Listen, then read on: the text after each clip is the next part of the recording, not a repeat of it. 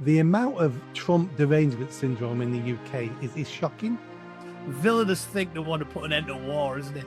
I mean, what a horrible devil he is. And Vance said that an American stake in Ukraine's economy was a much better security guarantee, this is the quote, than 20,000 troops from some random little country.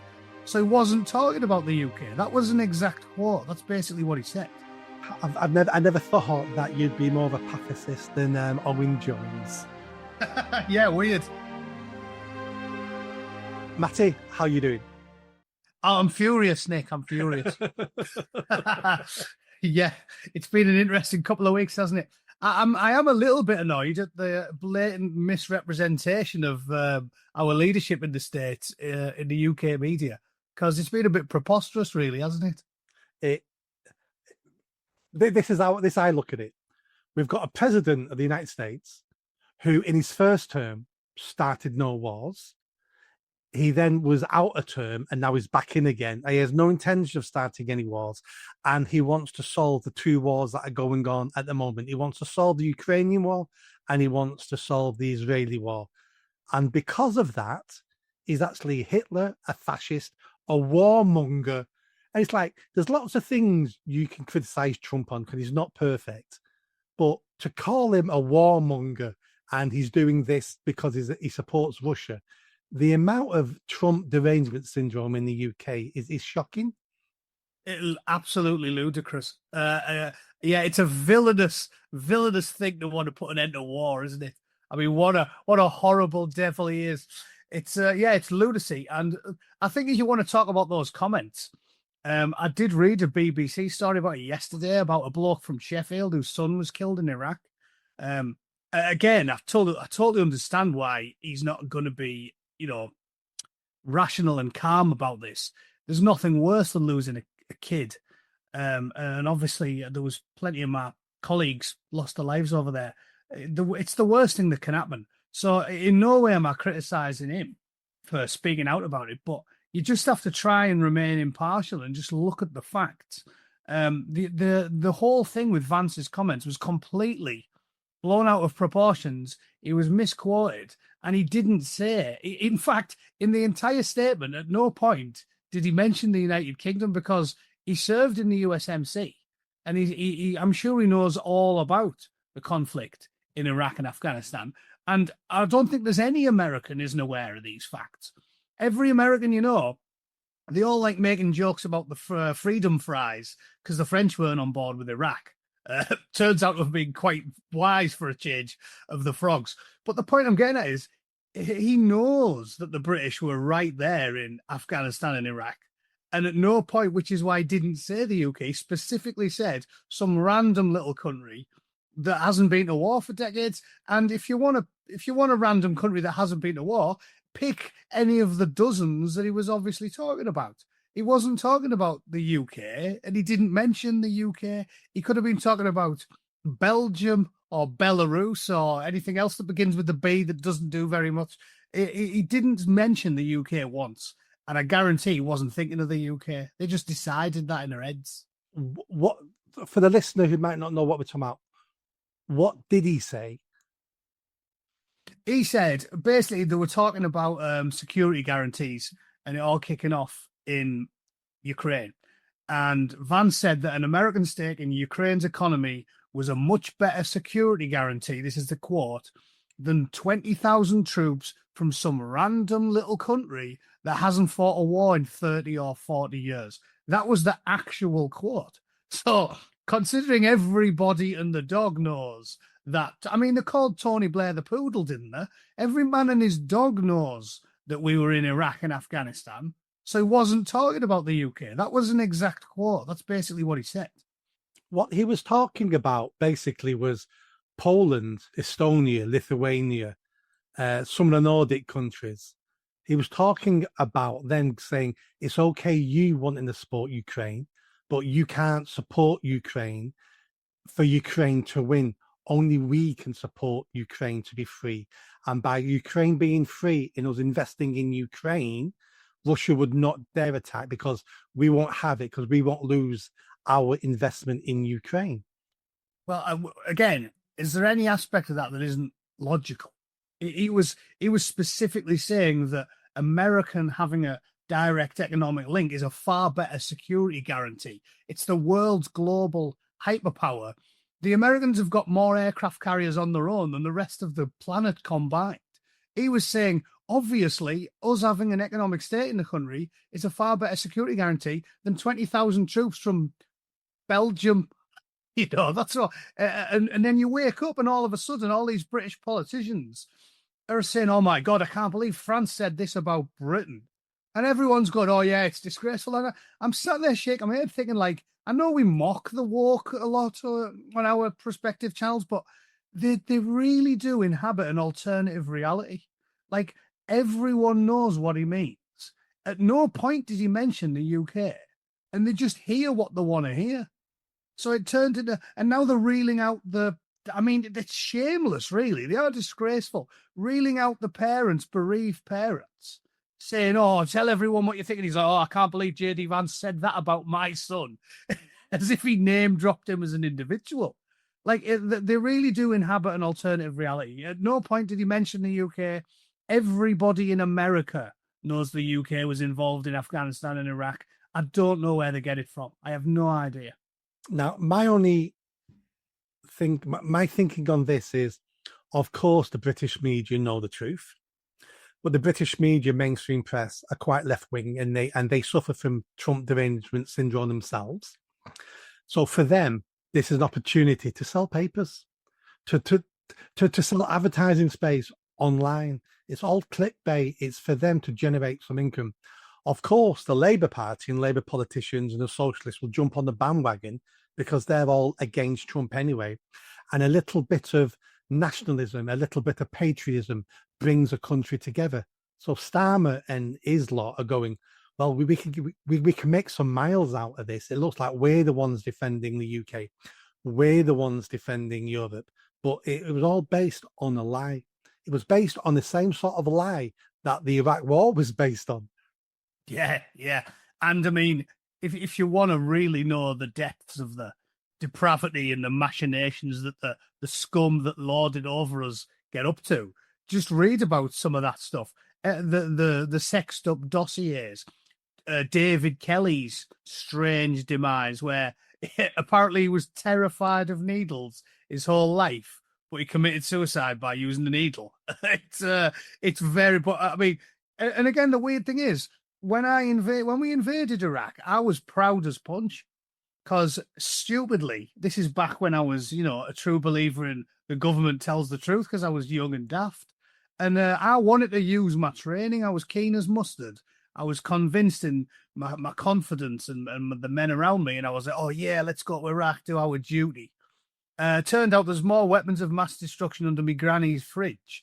And everything the government said was an absolute lie. So the thing I'd tell anyone who sits there and believes the nonsense that they spew about Trump and Vance in the media is ask yourself what they haven't lied about in the last 25 years. Everything. They lied about the war. They lied about the pandemic. They constantly lie all the time. So why would they suddenly be honest now? It's the very definition of stupidity, isn't it? To keep doing the same thing over and over and expect different results. Well, when they've done nothing but lie to us for 40 years, it's a bit strange that people now shriek in outrage at the nonsense the BBC put up. I find it baffling, to be honest, that anyone even cares about. Basically, it's a non-story. It's like us having this chat and then the media saying, "Oh, the Angry Bootneck calls Nick Buckley an arsehole and Vance is dismayed him." It's a fiction. The entire thing is a fiction. At no point did he ever mention, or any American mention, or slag off the United Kingdom service in Afghanistan and Iraq. And everyone on the dog knows it. And in fact, when you meet random Americans out and about here, they always say it here. You know what I mean? As soon as I ever tell anyone I was a Royal Marine, they were like, "Oh yeah, you guys were there with us in Afghanistan and Iraq when nobody else was." So it's a fiction. It's a fiction. Yeah, I mean, as you said, Vance was in the forces. Do you know what he was in the forces? I don't know. He was USMC. So he knows. I don't think he was involved in any heavy fighting because he has talked about it. I think he just did his did his duty. What do those initial means you just used? That's United States Marine Corps. United States Marines, right? Yeah, yeah. So he was a USMC. Not quite up there with the Royal Marines, but you know, he did his duty and he served his country.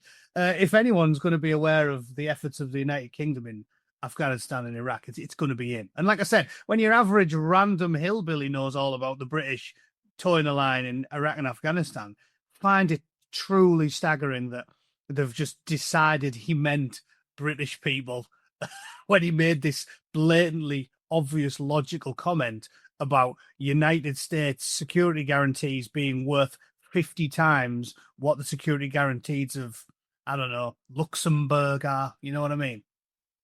Is it fair to say that when you've been in the forces, when you've seen combat, and I haven't, but when you're in that position, you are a lot more careful before you send other people's sons into harm's way because you know what it's like, and you need to make sure we're doing it for the right reasons and making sure it's not based on a lie and making sure it's not futile. There is no honor sending young men to die for no cause just because it's politically convenient. And I feel that's what Vance and Trump are trying to avoid. They're trying to avoid more dead young men, knowing those two wars we discussed will not be won on the battlefield. They'll only a negotiated settlement. Both sides won't like it, but it's the only way to stop the killing. Well, 100%. I've made this point before. The term the Americans use, which is a good one that I like, is chicken hawk. Have you ever heard anyone called a chicken hawk before? So the Americans use that term for politicians who are chickens when they're young men, but hawks when they're old ones, because that's what they do. They don't. None of them serve. They're all, or they'll do the bare minimum. They'll try and do 2 years in the National Guard or something where they're guaranteed not to deploy anywhere to help the political career. So the chicken hawks is what they are, and I think that Vance obviously has trained and served alongside young men, and the thought of them getting killed when you befriend them and bond with them will horrify him far more than some effete liberal elite that's family goes nowhere near a war zone. It's always the same. As I told you, one of the stories that sticks with me from when we invaded Iraq was we didn't really know what was happening. It was quite a stressful time for a lot of people. Again, I didn't care because I was a young bootneck and I was full of fire and confidence. But I do remember one of the older lads, a sergeant, saying to me that his wife was annoyed. He called her on the satellite phone. He used to have a Paradigm sat phone that you could use like once a fortnight. And he said she was annoyed because Tony Blair and Cherie Blair were crying on the news because the son Ewan had just been backdoored into Harvard or Yale, whatever elite US university that his father had slithered him into. And she was saying, I wasn't crying when Dave was getting stuck on a C-130 and sent to Iraq, and I didn't know when he was coming home or what was happening. Because that's how it was during an invasion. It's like a normal tour of duty. We just got told we're going to war. And the next thing, we're in Kuwait we were there proper early as well, which is hilarious because they were denying that the war was going to happen for so long. I think we were in the desert in the middle of nowhere in Kuwait, like late January. And we were there for 7 weeks or something before the actual war kicked off. And that whole time, families are in the dark. We are in the dark. Everybody knows we're possibly going to cross the line, and will they or won't they?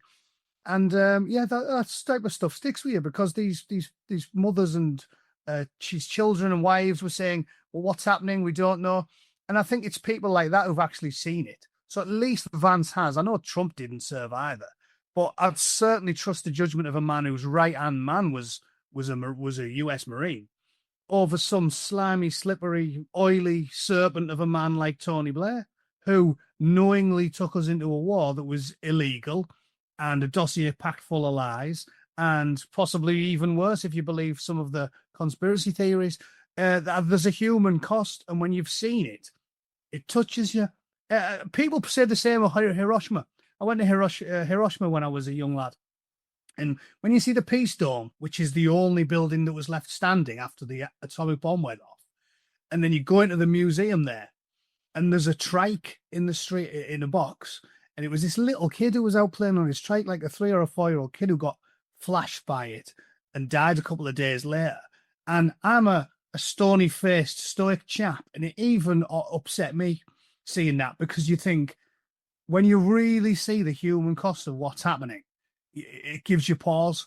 And when you read the numbers of people that have died in the Ukraine conflict, it staggers me that the left, they've somehow turned the left into the warmongers, and people like Owen Jones are rattling the saber. It astounds me. There's a human cost to war. It touches you when you see it, and I trust the judgment of Mr. Vance 500 times more than I. Who do you think David Lammy cares about young men's lives? It's preposterous. And we've got Vance and Trump, who are the only serious politicians I can see who are trying to stop it, trying to stop the war. 100%. Well, the point I'd make, I don't know how much we talked about it in the last couple of chats we've had, but the point I keep making to anyone who knows anything about armed conflict is that far more important than numbers and manpower is the will to fight. That's why there's so many great battles throughout history where tiny amounts have fought off huge ones, because they had the will to fight. The Persians versus the Spartans. The Spartans were defending the wives and the children and the homes, and the Persians weren't, and they had, slave armies and stuff.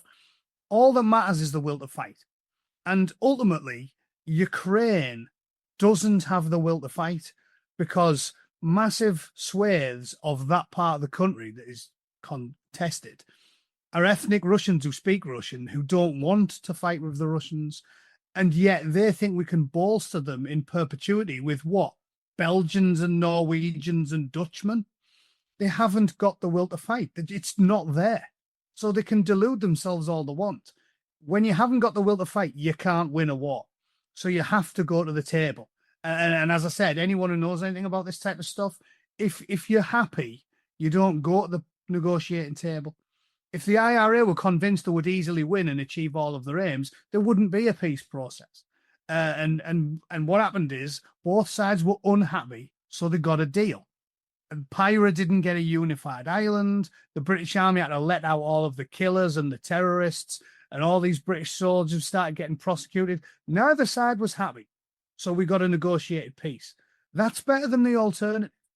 The idea that we just have endless war because NATO and the EU want to decide where the boundaries are is preposterous. And to finish up, anyone who thinks that it's acceptable to have NATO members and missiles all across the far eastern borders of Europe are not trying to see the other side's point of view. Everyone says it would be like the Russians putting rocket batteries on the border in Mexico, or it'd be like a hostile Scotland parking 200 rocket batteries in Edinburgh and pointing them at Newcastle. It'd cause trouble. There's two sides to every argument. Nobody thinks Russia's right. We have to get over this juvenile name calling whenever you even remotely are seen to defend them. Of course, Putin has a myriad flaws of his own, and they shouldn't have invaded them. But we are where we are. Both sides are at fault, so both sides need to take a bite of the sandwich, the nasty tasting sandwich, and come to a agreement, because the alternative is unending death and endless hundreds of billions of dollars going into the arms companies' pockets, and then obviously into our politicians' pockets, because let's be honest, that's probably why all this is really happening. Yeah, and it's also handy for a failing government, a failing prime minister like we have in the UK, to be able to point to an enemy. 100%. I'm protecting you from them. That's why every dictator is always at war with one of their neighbours, because they say to their people, you might think I'm bad, but I'm saving you from these people who are worse than me. And it's a distraction technique, and it's as old as civilization. Yeah, it's no coincidence that Blair has wars, Starmer's got wars, Cameron's got wars, Johnson's got wars. They love it. That's why they want endless war. Everybody knows this. Again, if you've ever read a newspaper, everyone was talking about how Thatcher was going to lose the general election up until the Falklands War. And then all of a sudden, she wins by a landslide. She was going to dismantle the Navy. They reckon the Falklands War saved the Royal Navy. But it is, leaders love war. and it's probably why the Hunter invaded the Falklands in the first place. Leaders love war. It's good for them and it's good for the bank balances. But ultimately, when you're a normal working class lad like yourself or me, and you've met or worked with young men in uniform, you realise what an awful crime it is to send them to these war zones. Because I've made this joke before on my own live stream, saying it's quite ironic that a bloke who was champing at the bit to invade Afghanistan and Iraq, filled with that youthful confidence, is now almost like a hippie. Like, I'm almost like anti-war. It's quite a bizarre situation when an angry bootneck is more anti-war than Owen Jones. But this is clown world, isn't it? And it's because I've seen the human cost of it. And the other thing is, when I think a part of our leadership thinks because they're not conscripts anymore, it's fine because they're all volunteers. And the point I always make to people from being through it all myself, joining up as a teenager and going to war, is young lads are daft. Like, yeah, okay, you join when you're 18, but any man over the age of about 30 will tell you, you know what, I don't really think I was very mature until I was about 28. Like, you're a bit young and daft, aren't you? So just because these 18, 19, 20, 21-year-old lads are volunteering, these scumbag politicians think they've got carte blanche to just feed them into the meat grinder. They're like, oh, they're not conscripts, they're all volunteers. Into the meat grinder you go. And I think it's deeply immoral to send hundreds of thousands of young men to the death over a conflict that was entirely avoidable. And Putin told us was entirely avoidable. It was like, stop expanding, stop talking about NATO, don't put the missiles near my border, and none of this needs to happen. And they did it anyway because they don't care. So I think it's quite bizarre when The Guardian is more hateful and filled with lust for death than the scribblings of an angry bootneck. But what a time to be alive, eh?